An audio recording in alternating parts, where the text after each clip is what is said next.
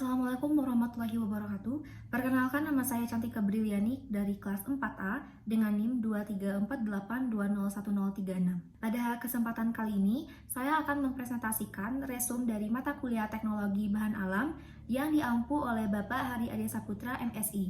Untuk materi pertama yang akan saya jelaskan adalah pemilihan dan penyiapan bahan. Yang pertama adalah pemilihan bahan. Pemilihan bahan bertujuan agar tujuan atau target dari penelitian tercapai. Adapun seleksi yang terdapat pada pemilihan bahan yaitu seleksi spesies, seleksi usia, seleksi bagian tubuh, dan seleksi lokasi dan musim. Adapun faktor yang mempengaruhi senyawa tumbuhan, musim, kadar air, intensitas paparan sinar matahari, dan kondisi tanah. Yang kedua adalah penyiapan bahan. Berikut adalah tahapan untuk memperoleh simplisia: pengumpulan bagian bahan alam, sortasi basah, pencucian, perajangan, pengeringan, sortasi kering, pemeriksaan mutu, pengepakan, dan penyimpanan. Kita masuk pada poin pertama adalah pengumpulan bagian bahan alam. Bagian bahan alam meliputi kulit batang, kayu, daun, bunga, pucuk, akar, rimpang, buah, biji, dan kulit buah. Tahapan kedua adalah sortasi basah. Dilakukan untuk memisahkan bahan simplisia dari bagian yang tidak diinginkan atau yang tidak dibutuhkan, seperti cemaran, meliputi kotoran dan benda asing. Tahap ketiga adalah pencucian. Dilakukan untuk membersihkan berbagai kotoran yang masih melekat pada bahan simplisia menggunakan air bersih, yaitu air sumur, PAM, dan air dari mata air.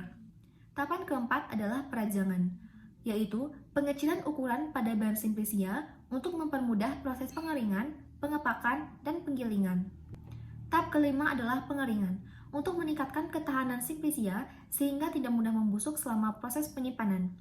Metode dari pengeringan yaitu kering angin, sinar matahari, oven, microwave, dan freeze dryer. Tahapan keenam adalah sortasi kering. Jika masih ada bahan-bahan yang tak layak untuk dikemas dalam bahan simplisia, maka harus dipisahkan dan harus dibuang.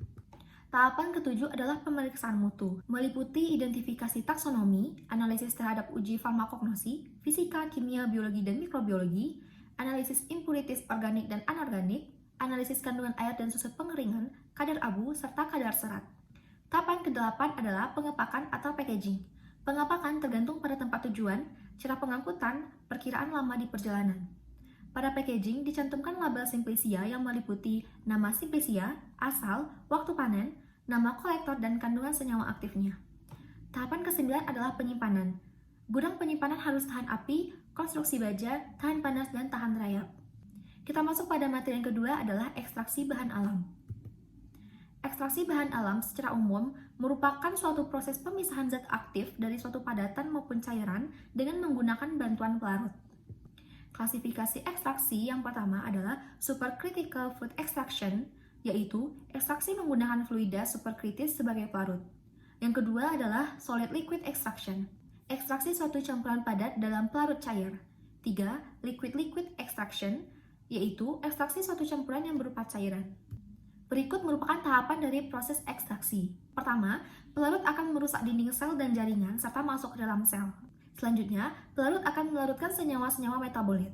Setelah itu, pelarut bersama senyawa metabolit yang terlarut dikeluarkan atau dipisahkan dari bahan atau biomasa penghasilnya. Kita masuk pada metode ekstraksi. Yang pertama ada maserasi. Metode ekstraksi dengan cara merendam simplisia dalam pelarut pada suhu kamar selama waktu tertentu.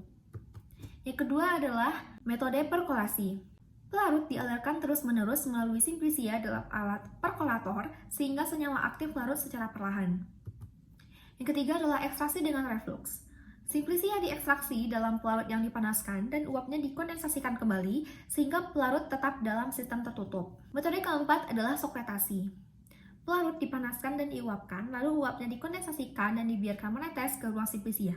Setelah jenuh, pelarut mengalir kembali ke wadah. Proses ini berulang.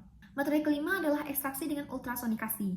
Menggunakan gelombang ultrasonik untuk mempercepat proses ekstraksi dengan merusak dinding sel simplisia dan mempercepat pelepasan senyawa aktif. Metode keenam adalah ekstraksi dengan microwave.